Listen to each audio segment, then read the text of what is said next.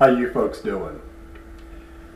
So a woman goes to her gynecologist's office, but unfortunately her regular doctor is out. So she goes to see another one of the doctors at the practice that has never worked with her before. So she goes into the waiting room, sits there a few minutes, as we all do when we go to visit the doctor, and the gynecologist comes in and sees her for the first time, and he's just bowled over by how drop-dead gorgeous she is. I mean, this woman, wow. All of his professionalism goes right out the window.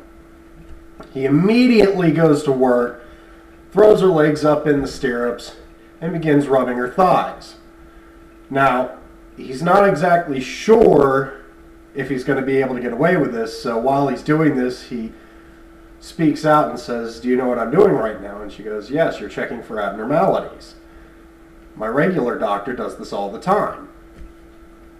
So the man figures he's going to get off scot-free with this, but he just can't control himself. His hands move from her thighs to her breasts, and he, starts squeezing them and fondling them. And he goes, "Do you know what I'm doing now?" And she goes, "Yes, you're checking for breast cancer and, abnormalities with my breast tissue." Man's like, man, whoever was her previous doctor was a lucky son of a bitch. So finally, he can't take it anymore. Doctor rips off all his clothes and he just starts humping away. I mean, he's just plowing her. And then that little voice of reason in his head is like, how the hell are you going to explain this away? Well, finally he figures, well, maybe the previous doctor figured it out. And he's like, okay.